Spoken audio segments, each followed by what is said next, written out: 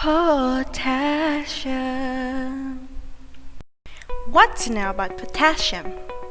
Potassium is an electrolyte majorly found in the intracellular compartment, with its normal range at 3.5 to 5 milliequivalents per liter in the bloodstream. As 98% are found inside the cells and only 2% are outside of the cells. This electrolyte is important for nerve transmission and contraction, as well as in maintaining normal heart rhythm and acid-base balance. Some instances would impose having high and low levels of potassium, which we know call hypokalemia and hyperkalemia. So what is hypokalemia? Hypokalemia means that you have low levels of potassium in your blood, lower than 3.5 milliequivalent per liter.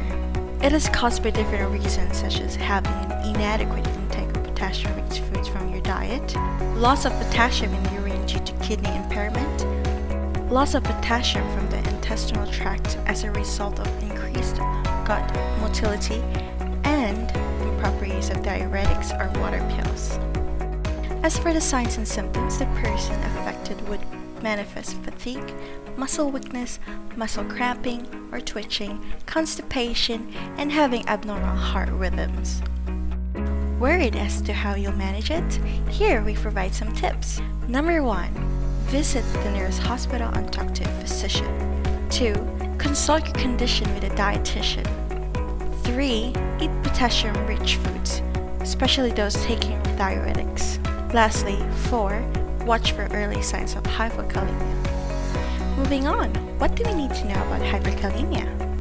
Hyperkalemia, on the other hand, means that you have high levels of potassium in your blood, or higher than 5 milliequivalent per liter. This is brought by a decrease in renal excretion of potassium, rapid administration of potassium, and potassium shifting from the intracellular compartment to the extracellular compartment. That happens when cellular breakdown or destruction occurs. One example of it is when a person got caught in the fire, leaving him with remarkable burns. For the signs and symptoms, it would be skeletal muscle weakness, nausea, diarrhea, changes in the ECG, and in worst scenarios would cause paralysis of the respiratory and speech muscles. Now, how to manage when I have this?